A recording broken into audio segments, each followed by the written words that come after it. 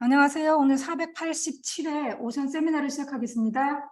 오늘 발제해 주실 분은 이유나님이시고요. 제목은 아스날 트롤리 피셔리스에서 센티널 오브 머린 리달 폴루션입니다. 네, 바로 그냥 시작할게요. 해양 쓰레기 오염의 파수꾼으로서 전통 트롤 어업인데요. 스페인의 서남부 지역에서 조사했던 내용입니다. 간단하게 시작할게요. 애브스트랙트에 보면 체계적인 침적 쓰레기 조사가 매우 필요하지만 샘플링에 소요되는 비용이 굉장히 큰 문제라서 잘 진행이 안 됐다. 그리고 이 논문이 2019년에서 2021년 3년간 전통 트롤어업을 활용하여 카디즈만의 침적 쓰레기 조사를 할 기회가 있어서 그 자료를 가지고 이제 분석을 해보았다라는 거고요. 그 다음에 분석을 해보니 재질 분류상 플라스틱이 제일 많았고 항목으로는 일회용품과 어업 관련 쓰레기를 가장 많이 발견했다. 그리고 해안에서 거리가 멀어질수록 쓰레기 밀도가 낮아졌고 우심지는 계절적 변화를 좀 보였다. 그 다음에 이 논문이 좀 특별하게 주요 포커스로 봤던 거는 기간이 기간인 만큼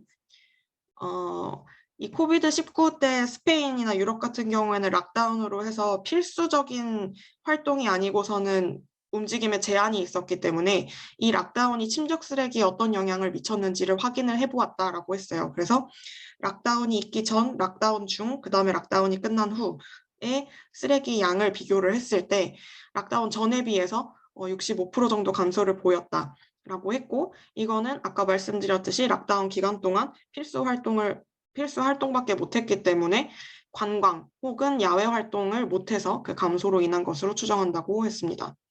그리고 현지 선박의 그 트롤링을 할 수 있는 선박 중에 33%를 활용했고, 이를 지속하면 꾸준하게 유의미한 연간 수거가 가능할 거고 침적 쓰레기 대응을 위해 이런 모니터링을 한다든가 쓰레기를 수거한다든가 하는 특별한 역할을 할 수 있을 것으로 기대한다라고 했어요.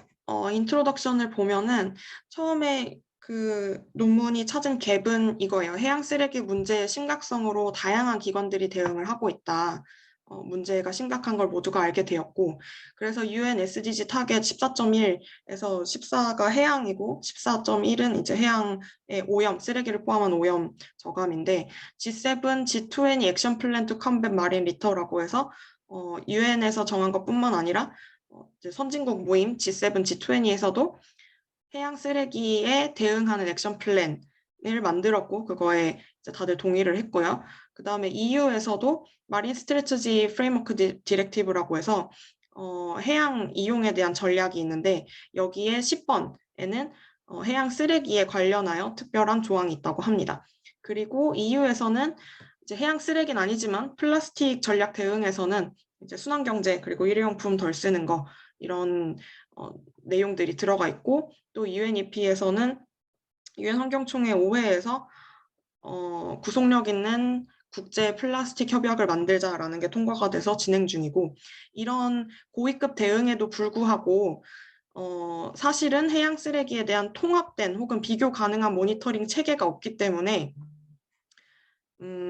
지금 이런 고위급 대응들이 얼마나 잘 체계적으로 대응이 되는지에 대한 모니터링을 하는 거는 좀 아쉬운 상황이다라고 갭을 찾았어요.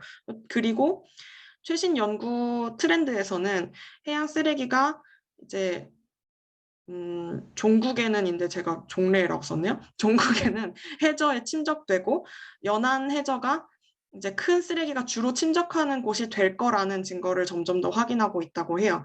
그래서 사실 얇은 플라스틱 같은 경우에는 부유하는 거니까 해저에 가라앉지 않느냐라는 추정도 있었는데 점점 더 우리가 물에 뜬다고 생각하는 쓰레기들도 해저에 가라앉는 게 확인되고 있고 결국은 다 바닥으로 가라앉는다라는 증거들이 점점 나오고 있다고 합니다. 그러나 해저 침적 쓰레기는 접근이 제한되어서 이런 활동을 이제 하기가 굉장히 복잡하고 비용이 높아서 제한적이라는 얘기죠. 그래서 침적 쓰레기 연구가 매우 늘고 있으나 대부분 트롤어업을 활용할 기회를 얻어서 조사를 하고 있다고 합니다. 친적 쓰레기 연구 조사만을 위한 조사를 나가기는 아직 되게 어려운 상황이고 트롤업을 활용하고 있다. 그래서 본 논문도 모니터링 체계가 필요하고 그 다음에 해저의 모니터링이 필요한데 이런 방법으로 트롤업을 더 활용하자라는 게 주요한 내용이라고 보시면 될 것 같습니다.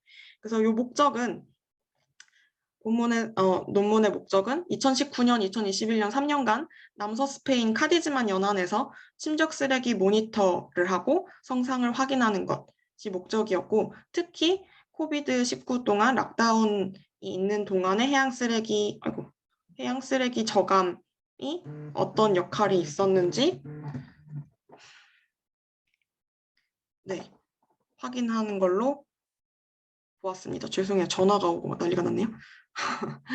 다음 이제 방법론인데요.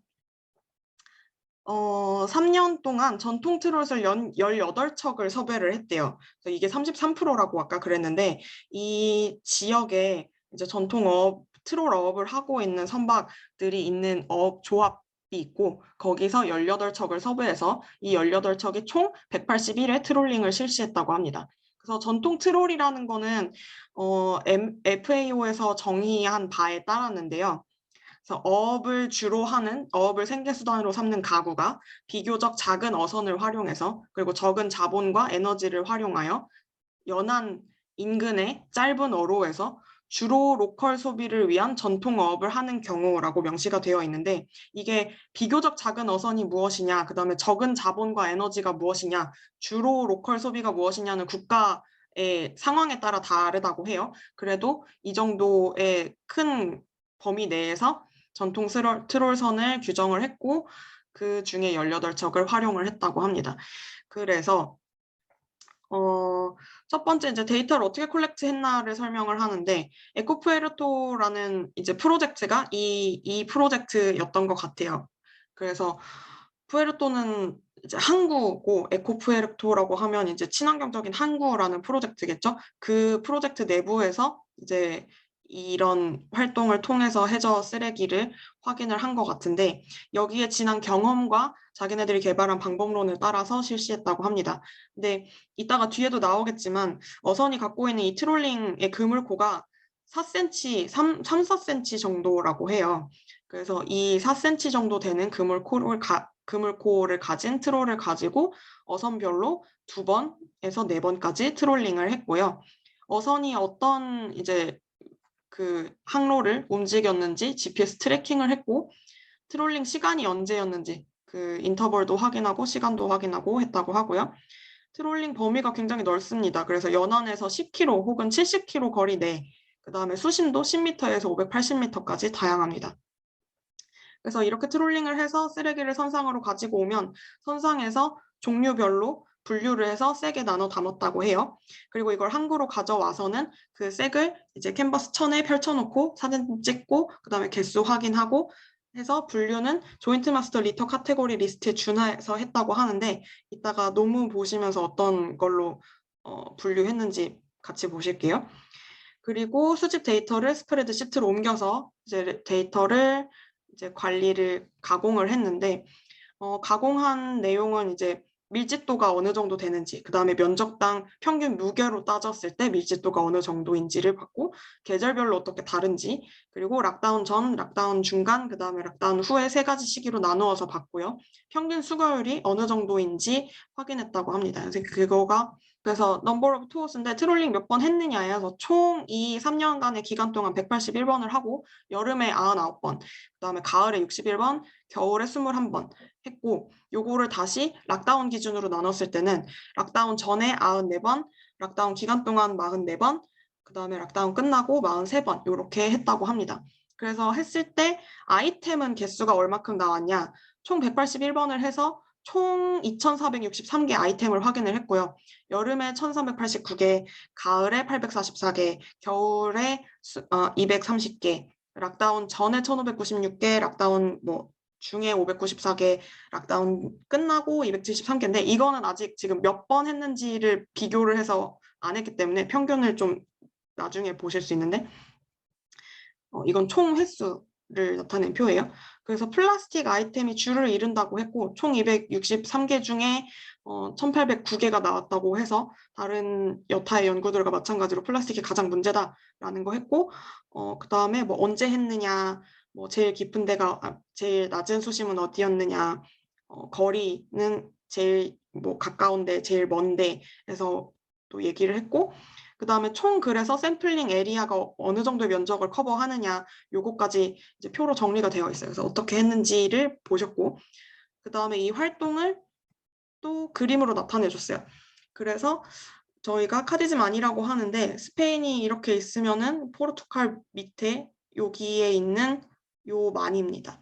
그래서 지중해와 맞닿아 있는 서남부 해안이라고 보시면 될 것 같아요. 이걸 확대한 지도를 보시면 이제 요 파란색 네모는 픽셀로 표현해서 트롤링이 하면서 커버한 면적을 나타내는 거고요. 그리고 이거 빨간색 선은 선박이 어떻게 항행을 했는지 항행도라고 보시면 될 것 같습니다.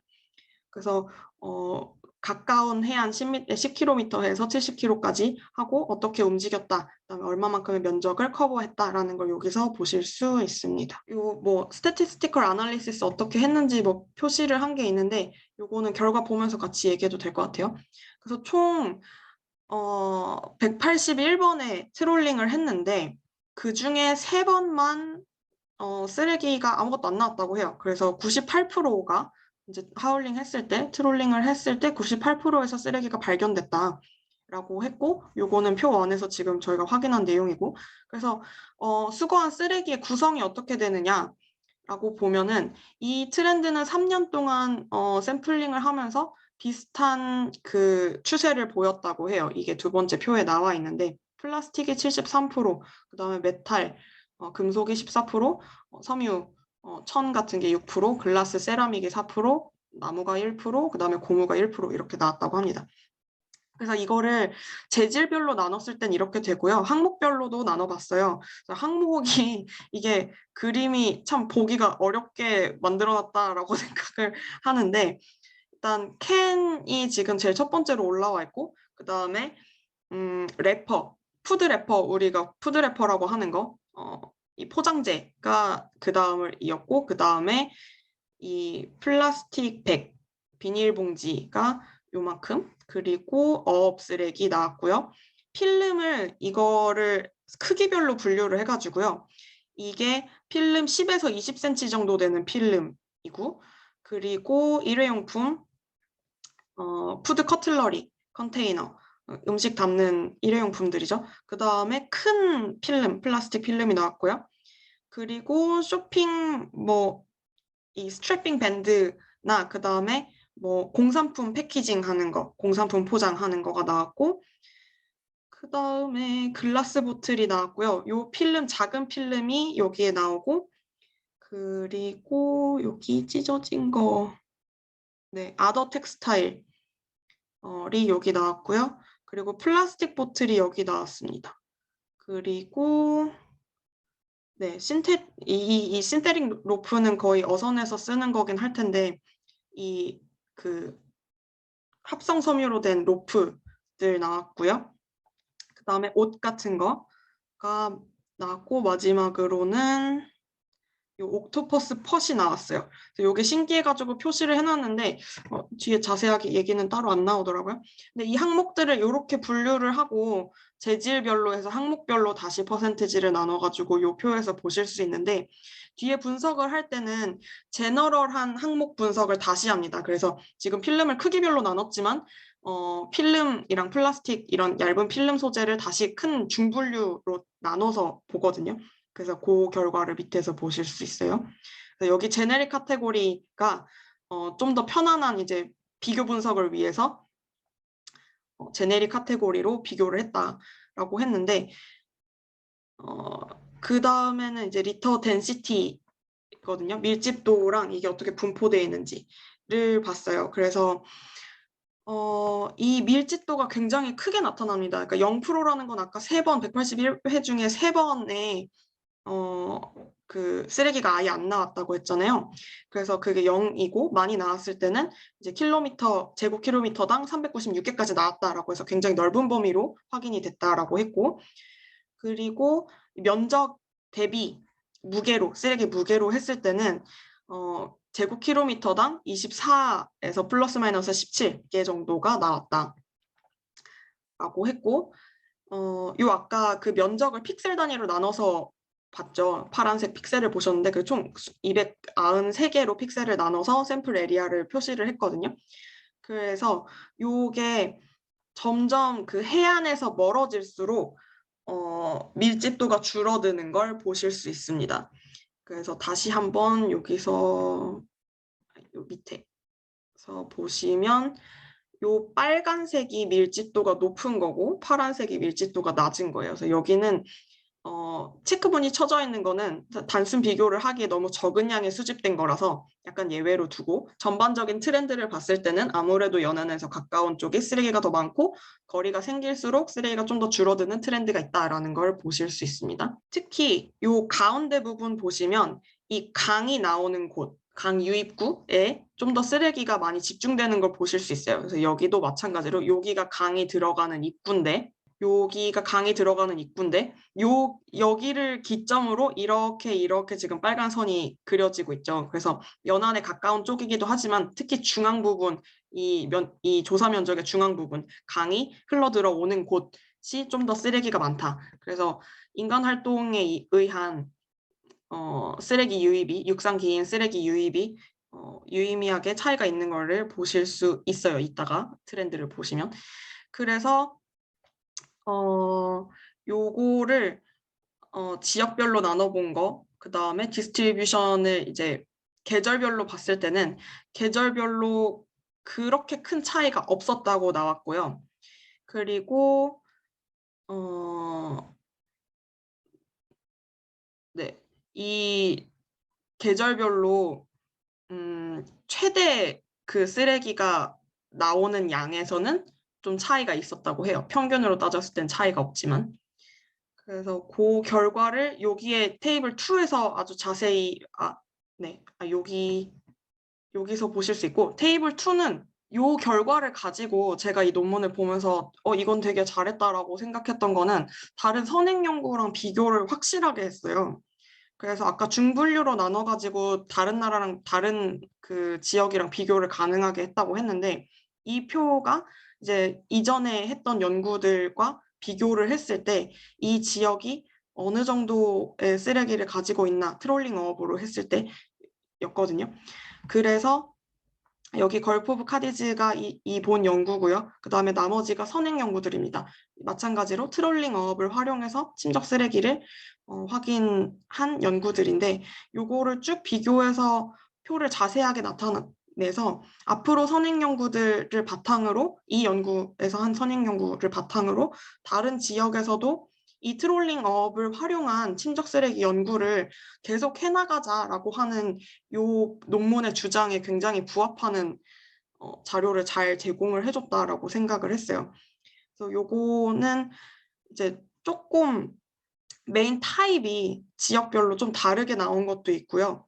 뭐 글라스가 좀 특별하게 많이 나온 것도 있고 요런 전체적인 트렌드의 차이는 있지만 뭐 집중적으로 얘기를 하는 거는 어쨌든 플라스틱이 가장 거의 대부분 가장 높은 트렌드를 차지하고 있고 요게 문제고 그 다음에 뭐 지역의 특성에 따라서 어업이 많을 수도 있고 그 다음에 필름이 어떤 필름이 있느냐가 좀 다를 수 있고 요런 차이들이 있지만 전반적인 트렌드는 플라스틱이 제일 많은 걸로 비슷하다라는 걸 확인을 했어요.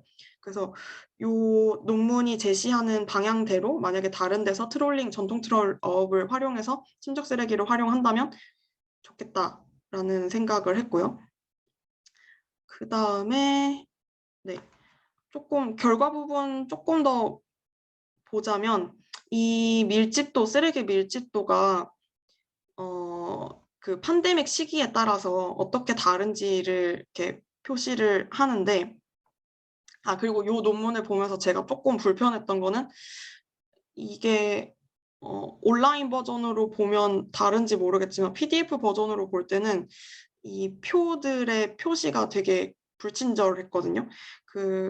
그게 여기도 나타나는데 이제 밑에 그 글로만 써 있고 표가 어떤 건지를 좀 정확하게 눈에 보이게 안 써줬다라는 점들이 좀 불편했습니다. 그래서 요거는 요거는 다시 항목별로 제너릭하게 항목별로 나눴을 때의 기준인데 첫 번째가 아까 말씀드렸듯이 필름 타입 같은 거 다 묶였고요. 그 다음에 어업도 한 번에 어업을 한 번에 묶었고 필름 타입으로 묶었고 그 다음에 비버리지 푸드 캔을 따로 묶었어요. 캔이 굉장히 많이 나왔기 때문에. 그래서 그거 세 가지를 보시면 어업 그 쓰레기 같은 경우에는 이 밑에는 코스트에서 연안에서 그 거리별로 나타난 거고 요거는 밀집도라고 보시면 됩니다. 무게로 나타낸 밀집도예요. 그래서 한 15km에서 이렇게 쭉쭉쭉 갔을 때 45km에서 제일 높은 게 확인이 됐고요. 이 어업은 어업 활동을 어디서 하느냐에 따라 다르기 때문에 연안과의 거리가 그렇게 크게 작용하진 않고 어업 활동이 어디서 이루어지느냐에 좀 더 의존적입니다. 그리고 이런 메인 필름 타입 아이템 같은 경우에는 우리 육상에서 활동하는 거에도 영향을 많이 받기 때문에 아까 보셨듯이 지도에서 보셨듯이 연안에서 가까운 데가 빨간색이었죠. 그래프에서도 연안에서 가까운데 좀 더 쓰레기가 많이 있는 걸 보실 수 있고요. 그 다음에 캔 같은 경우에는 오히려 먼 데서 좀 더 많이 발견이 된 경향이 있습니다. 네, 이런 차이가 있었고 그 다음에 그 논문에서는 기간이었던 만큼 코비드 락다운에 관련된 것도 주요하게 살펴봤기 때문에 그거는 이제 예상하실 수 있듯이 코로나 전, 락다운 하기 전에 쓰레기가 가장 많고 락다운 중 그리고 락다운 후 점점 쓰레기가 줄어드는 추세를 보실 수 있는데 이게 유입되는 데 딜레이가 있다 보니까 락다운 기간 동안에 제일 적은 게 아니고 락다운이 있은 후에 점점 줄어드는 추세를 보였다는 게 있어요. 그래서 그걸 디스커션에서 좀 더 확인을 하실 수 있습니다. 그래서 요 해저에 지금 쓰레기가 구성이 어떻게 되어 있냐인데 아까 보셨듯이 이 과달키비르 리버라는 그 강이 흘러나오는 리버마우스에 좀 더 쓰레기가 많은 걸 보실 수 있고요. 그 다음에 다른 그 유러피안 그 에리아나 다른 사전 연구랑 비교한 건 아까 좀 전에 테이블 2에서 저랑 같이 보셨고 넘어가서 가장 크게 나온 아이템 3개 수거한 아이템 중에 거의 60%를 차지를 했다고 해요. 근데 이 수거한 게 뭐냐면 요 3가지가 전체 이제 한 거에 60%를 차지한다라고 얘기를 하는데 메인 필름 타입이 플라스틱 요거 중분류로 나눴을 때 세 가지네요. 중분류로 나눴을 때 3가지가 전체 쓰레기 수거한 거에 한 60%를 차지한다라고 해서 아까 제일 작은 플라스틱 필름, 중간 필름, 큰 필름까지 나눠서 했었는데 이 주요한 플라스틱 필름을 한 가지로 중분류로 했을 때 이것들이 35%, 그다음에 어업 관련 쓰레기가 13%, 그리고 메탈 및 싱글 그 일회용품 푸드 아이템이 12% 정도를 차지했다고 합니다. 그래서 그 쓰레기들이 분류를 해봤을 때는 발생 원인이 되게 다양하게 나타났다고 해요.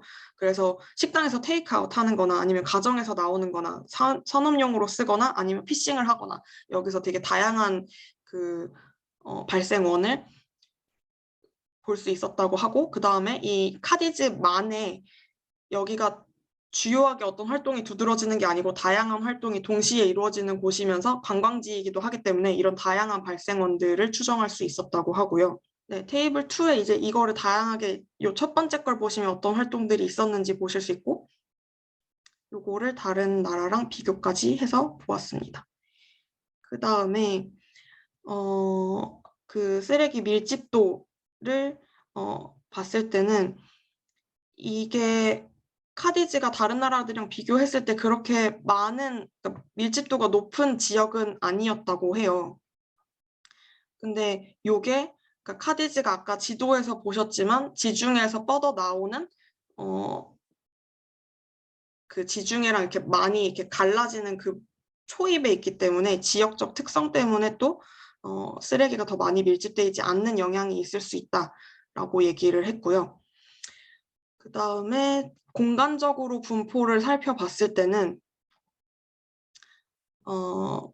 이게 해저 쓰레기는 뭐 다른 쓰레기도 마찬가지지만 그 쓰레기의 성상에 따라서 어디에 분포가 되느냐가 달라지는데 그거에도 영향을 받습니다. 그리고 다른 주변의 환경적 영향도 받죠. 그래서 그런 차이들에 의해서 발생을 하는데 그 전 세계 전체적인 스케일로 봤을 때 선행 연구들 따라서 전체적인 스케일로 봤을 때 이게 그 해안에서 멀어질수록 여기 그 밀집도가 줄어드는 걸로 나타나는데 이게 아주 지역적으로 봤을 때는 조금 다른 트렌드를 나타낼 수도 있잖아요. 그래서 전체 트렌드는 그렇지만 이런 지역적으로 봤을 때는 육상에서 나오는 쓰레기 혹은 그 다음에 뭐 항로가 어떻게 되는지 그리고 물이 어떻게 움직이는지 그 다음에 해저의 면이 어떻게 생겼는지 뭐 이런 것들에 따라서 조금씩 달라질 수가 있어요. 그래서 이런 트렌드에 전반적으로 맞기는 하지만 조금 튀는 모습들이 보일 수도 있다. 그래서 여기 같은 데가 튀죠. 연안에 가까운데 좀 더 많은 쓰레기가 있는 거. 이 강에서 나오는 것 때문에 이런 걸 좀 보실 수 있고 그 다음에 네 그리고 그 중요한 쓰레기들 중에 무거운 쓰레기들이 좀 더 물에 의해서 이동이 어렵기 때문에 가까운 데서 발견되는 경향이 있고요. 그리고 네, 그래서 이런 쓰레기들이 뭐 어떻게 분포하는지를 그다음에 어떤 쓰레기들이 분포하는지를 분석을 했을 때 요게 발생원이 어디인지 요거를 확인하는데 유용하다. 그다음에 요거 그 가벼운 필름 타입 쓰레기 같은 경우에는 그 연안에서 거리가 멀어질수록 더 적게 보였는데 그 캔 같은 경우에 여기서 좀 특별히 많이 발견됐잖아요. 근데 이 캔 같은 경우에는 거리에서 멀어지더라도 좀 많이 발견됐어요. 그래서 요거는 그 아까 얘기했듯이 글로벌 트렌드로 봤을 때는 무거운 거는 멀리 가기 어렵다라고 하지만 필름들이 좀 더 연안에 가까이 이렇게 내려앉은 것들이 있고 그다음에 캔 같은 경우에는 좀 멀리까지 밀려나서 좀 먼 거리에서 발견이 됐다라고 볼 수 있습니다. 그리고 제가 시간을 좀 많이 쓰고 있나요? 일단 빠르게 진행해 볼게요. 네. 그 다음에 계절적인 변화는 아까 얘기했듯이 그렇게 크게 막 나타나진 않아요. 근데 여기 지역이 좀 국제적으로 유명한 관광지이기 때문에 보통은 이제 여름에 좀 더 많이 쓰레기가 발견이 된다고 하는데 네. 그런 트렌드를 뭐 보더라도 락다운 기간이나 뭐 이런 게 있었기 때문에 계절적으로 큰 변화를 보이진 않았고 그 다음에 처음에 개요에서 말씀드렸듯이 우심지가 어디냐는 계절에 따라서 다르게 나타났습니다. 그래서 이 강에서 흘러나오는 거가 계절적으로 좀 변화가 있을 수 있고 그 다음에 해류도 계절적으로 변화가 있을 수 있어서 어디에 쓰레기가 많이 모이는지는 그런 차이가 있었습니다.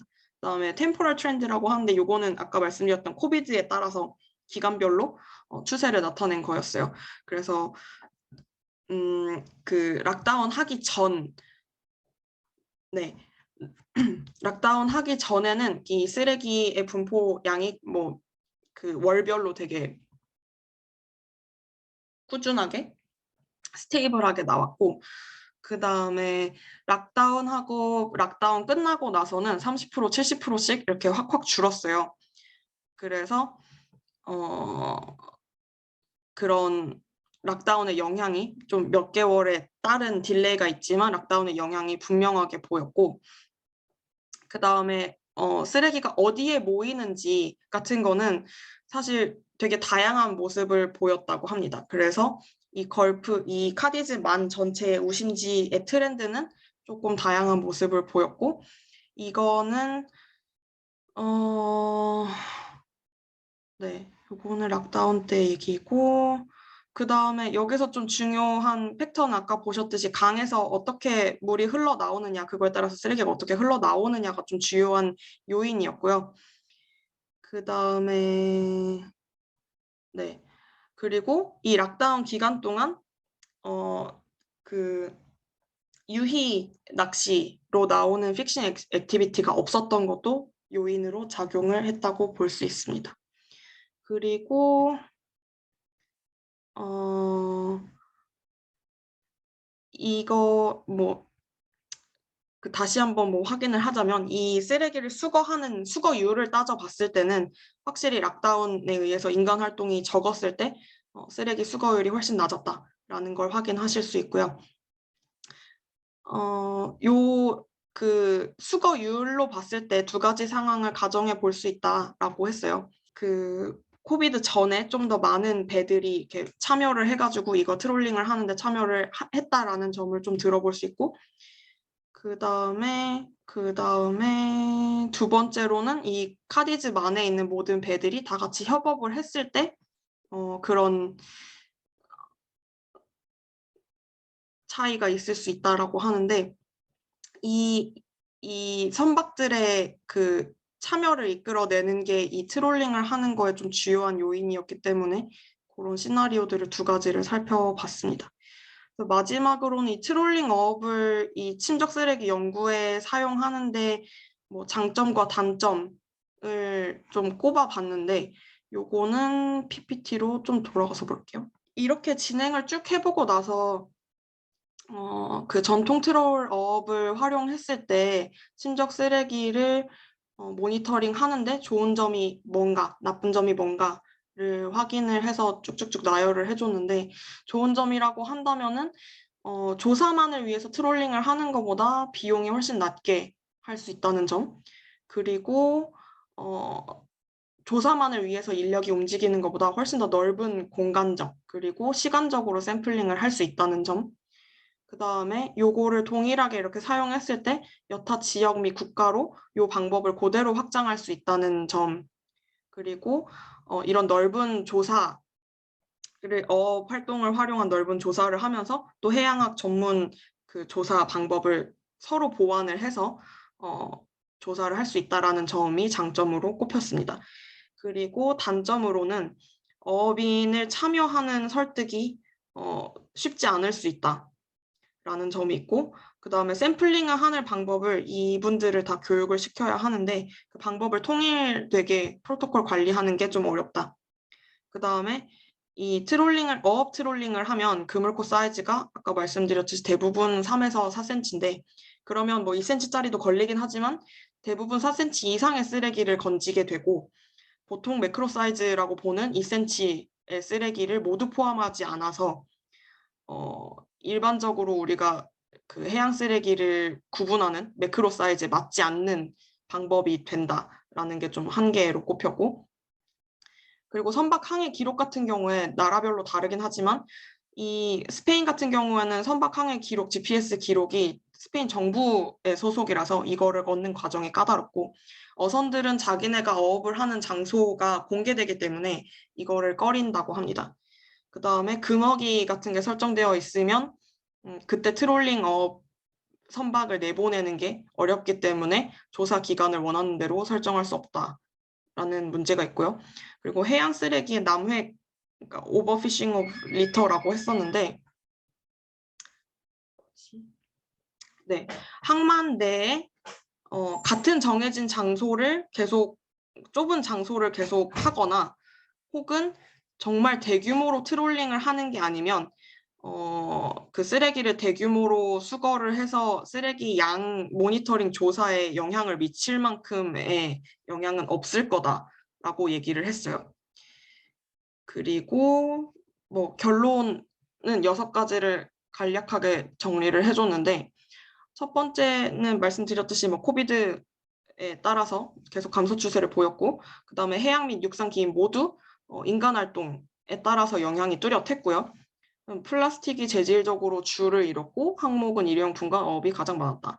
그리고 평균 쓰레기 밀집도 및 구성은 계절적 변화가 없었고 전통 트롤 어업을 활용해서 수동적인 조사 기회를 활용한 것으로 이런 이점이 있었다. 그리고 타 지역의 확대 적용이 가능할 경우에 더 높은 신뢰도로 모니터링 전략 개발이 가능할 것으로 기대한다. 라고 해서 얘기를 끝냈습니다. 근데 여기를 보면서 제가 조금 요 내용이 나오기 전까지는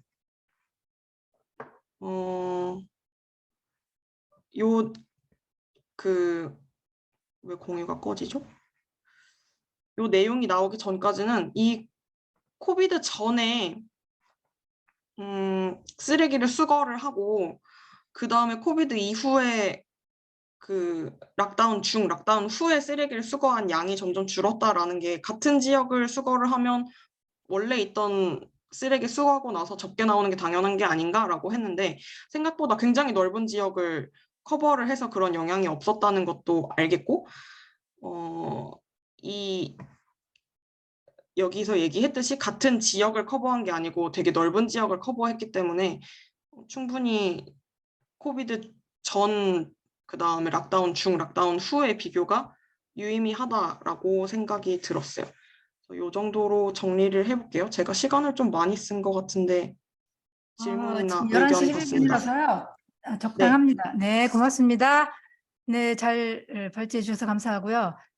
온라인으로 참석한 분이나 여기 오션에 계신 분들 논문에 관한 사항 궁금한 것들 아니면 뭐 의견 있으면 말씀해 주세요. 네. 제가 질문 있습니다. 피거 네. 4 보면 피거 4 보면 네, 피거 4는 그 캔류의 그 바차는 그렇게 높지 않은데 근데 결과는 사실 캔류는 제일 많은데 왜 그 바차는 그렇게 나와요? 바 차트요? Y 그게 레전드가 다르잖아요. 단위가 Y축이. 바 차트가 왜 높냐고요? 이 질문은 뭐냐면은 저도 여기 네. 지금 피겨 2를 보시면 그래프가 맨 위에 11%가 캔이에요. 이건 금속이고 두 번째는 푸드래퍼가 10.9%로 2위를 차지했죠. 그런데 네네. 이 그림 사에 보면 여기는 사실은 이거는 개수예요. 왜냐면 넘버 오브 아이템이거든요. 본문을 보시면 그리고 그림에도 여기다 샵 표시를 했잖아요. 피겨 2를 보면 그건 개수고 그다음에 피겨 4를 보면 이게 그램이에요. 보시면 그램 퍼 제곱킬로미터거든요. 네. 그래서 일단 단위가 틀려요. 네. 일단 단위가 틀리고 그렇게 생각할 때 저는 이 그림에 굉장히 의문점이 많이 있는 게 개수가 캔이 가장 많으면 요거보다는 네, 무거워야 맞아요. 근데 굉장히 저도 이거 보고 라는 생각을 했습니다. 네. 근데 이게 아까 이 피겨 2랑 단순 비교는 어려운 게 이 피겨 2는 항목을 하나씩 나눴잖아요. 네. 근데 이건 제네릭하게 좀 여러 가지를 포함하고 있어가지고 2랑 단순 비교는 어려운데 무게로 따졌을 때는 네, 아니 이게 캔이 무게가 제일 많이 나가야 하는데 생각할 때 중요했어요. 무게 아닌데? 그게 아닙니다. 이게 그램이에요. 잘 아닌데? 보시면. 개수인데? 그램 퍼 제곱킬로미터라고 돼 있어요. 네. 이게 네 왼쪽 Y축에는 웨이티드 에버리지 덴시티예요. 그러니까 넘버 아니에요? 밀집도죠. 그램인데 덴시티. 샵 아니에요? 그램이 너무 작아서 잘 안 보여요. 아, 샵이에요. 왜냐면 이게 나왔어요. 이게 그램 아니에요? 영역분의 샵. 넘버 그램이야 그램. 샵이야 샵. 그래. 샵이에요. 밑에 샵이네요. 저 그램으로 봤어요. 앞에 공식에 나와 있는 XP가 좀 나타내는 되겠다. 경우에 키운 게 아니라 밑에 캡션에 나오네. 제가 얘기해 보겠습니다. 그게 지금 Area Weighted Mean Density라는 의미를 제대로 우리가 잘 이해하지 못하고 지금 계속 가는 것 같아서 저도 확실하진 않지만 이게 지금 단위가 면적 단위로 나오잖아요. 근데 실제로 트롤은 선으로 활동을 합니다. 그래서 피겨 1에서 보면 그 면적으로 픽셀을 만들어 놓고 그 사이에 그 궤적을 보면 선이잖아요. 근데 이 사람들이 어떻게 계산했냐면 선이지만 픽셀의 면적당 이 선으로 활동했던 트롤에서 수거한 쓰레기의 양을 표시를 한 거예요. 그래서 단위 면적당 이 선의 개수. 활동에서 얻어진 수거량을 넣었기 때문에 사실은 가정을 한 거죠. 내가 이 하나의 픽셀에서 3번을 왔다 갔다 뭐 3번을 조사를 했는데 그 3번 조사한 게 이 전체 면적을 조사한 것이다. 이 밀도가 이 양이 이 전체 면적 하나의 픽셀을 대표한다라는 가정하에서 이게 진행이 된 거예요. 그래서 area weighted mean density라는 표현을 쓴 것 같아요. 한 가지 제가 또 거기에 대해서 조금 아까 말씀하신 거 시정하고 싶으면 그 면적당 가중했다는 그 식이 본문에 나오는데 네. 그게 시그마 분의 시그마잖아요. 그래서 예를 들어 쉽게 생각하면 3번을 조사를 했어요. 그래서 그 면적에 면적을 밑에 시그마를 먼저 하기 때문에 시그마 뒤에 면적 분해라고 하죠. 면적 분해 개수가 나오는 게 아니라 면적을 먼저 더하고 그 다음에 개수를 더해요. 그래서 에어리어 웨이트라는 건 면적을 먼저 더하는 것분에 그 다음에 개수를 다 더해서 그래서 계산을 했다 이런 뜻이에요. 시계 보시면 본문에 나오고요. 저는 캡션을 안 봐서 좀 작은 밑에 캡션에 나오네요. 몇 페이지에 나오면 2페이지에 중간에 그 식이 나와서 아무튼 이 식은 면적을 쭉 더하고 그 다음에 개수를 분자에 쫙 더해서 나눴다 이런 뜻이에요. 이거 간단히 차이를 알고 싶으시면 2제곱미터, 그 3제곱미터 그 면적 자체가 어떻게 나왔냐는 거죠. 더하기 전에 그 면적이 어떻게 나왔냐는 거죠. 그것이 하나의 이제 픽셀 하나를 기본 단위로 잡고 네, 픽셀의 이 면적을 밀도를 계산을 한 건데 실제 조사는 이 면적 전체를 다 트롤로 끓은 게 아니에요. 그 중에 한 어떤 선만 트롤로 끓으면서 쓰레기를 수거한 거거든요. 예전에 그 트롤 조사 논문을 보면 트롤이 배가 끓면 그 그물 자체가 입구가 이렇게 쫙 이렇게 펼쳐지거든요. 그 일정한 속도로 가게 되면 그 입구의 크기가 일정이에요.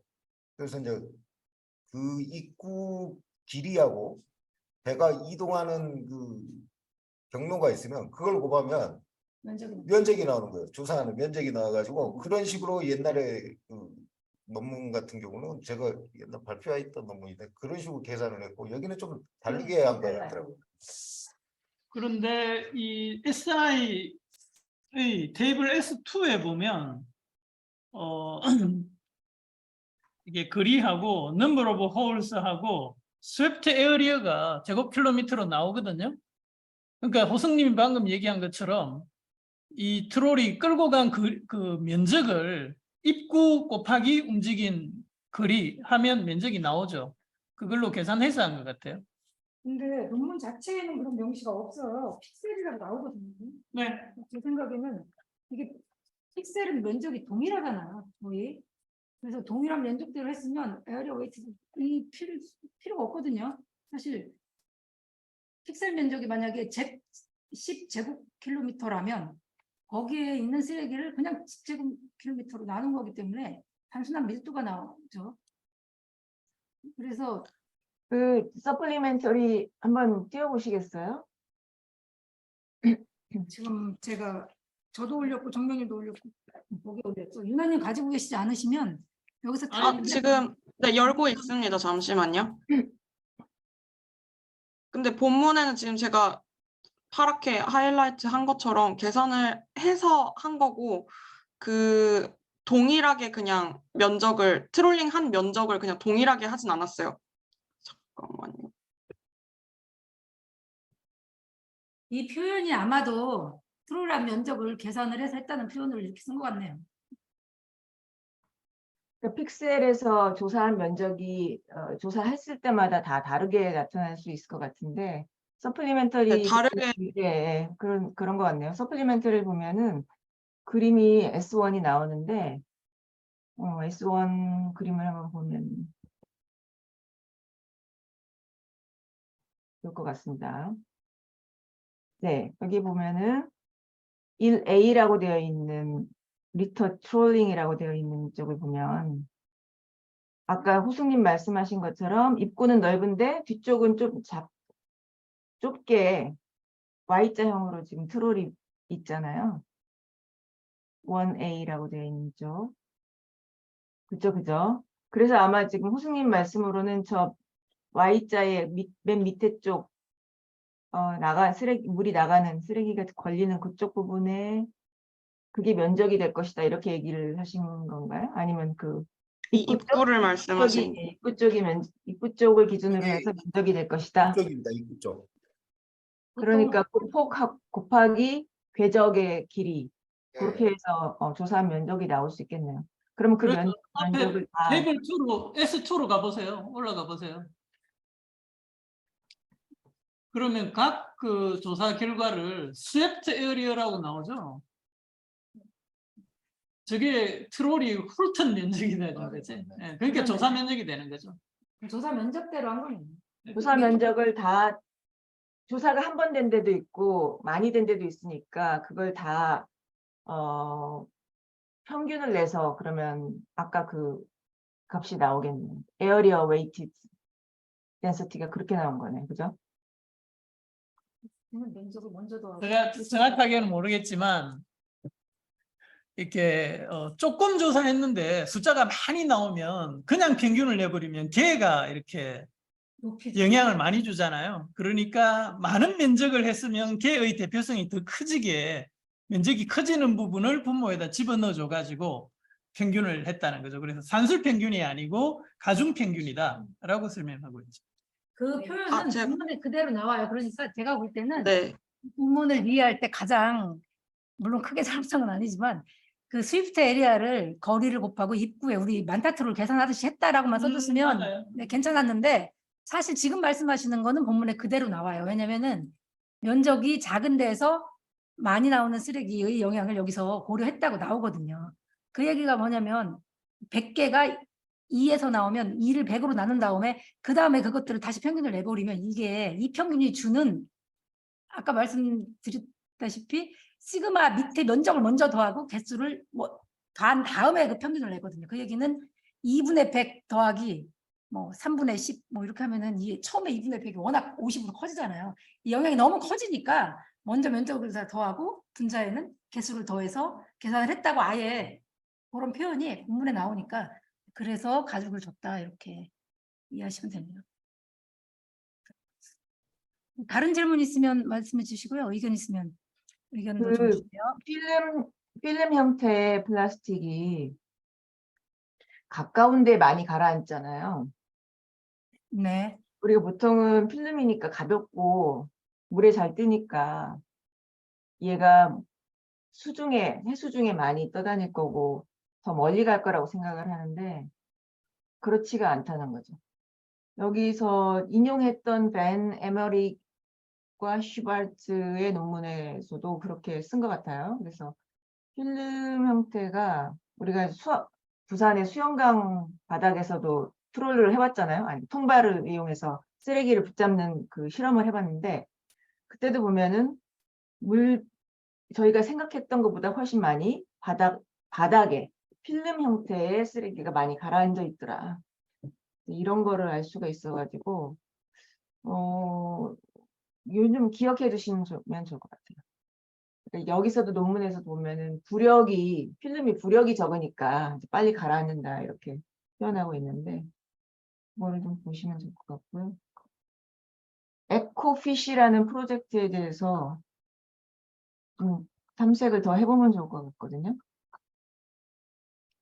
아까 에코피쉬 말고 또 다른 이름의 뭐였죠? 라는 뜻의 에코푸에르토요. 그 프로젝트 중에 이걸 한 것 같습니다. 네네. 그래서 그런 프로젝트를 좀 더 들여다볼 필요가 있는 게 이게 우리나라가 이제 친적 쓰레기 수거 사업을 굉장히 많이 하는데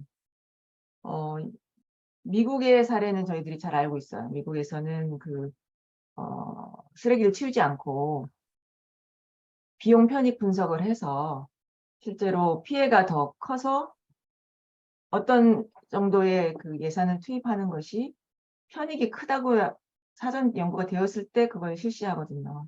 근데 우리나라는 그런 거 없이 굉장히 치우는 데 집중을 하고 있고, 오션에서는 미국처럼 꼭 필요한 곳에 해야 되고 생태 영향이 큰데 해야 되고 안전이나 보호해야 될 생물종이 있는 그런 곳에 수거 역량을 집중해야 된다, 이런 주장들을 계속 해왔었거든요.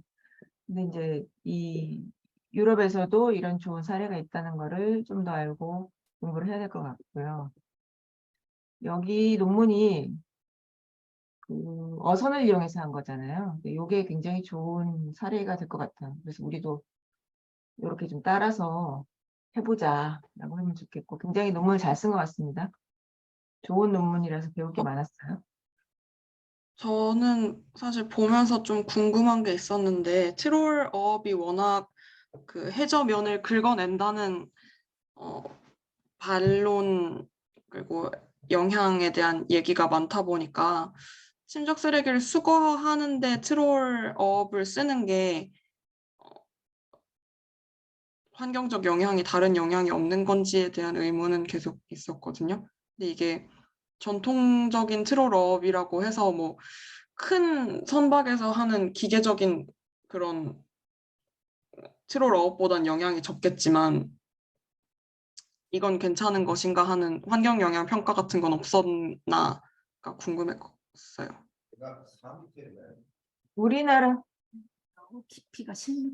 우리나라의 경우에는 없었던 거. 수거 사업을 굉장히 많이 하는데 바닥을 끌어요. 근데 그게 바닥을 끓는 게 갈고리 같은 걸로 끌어요.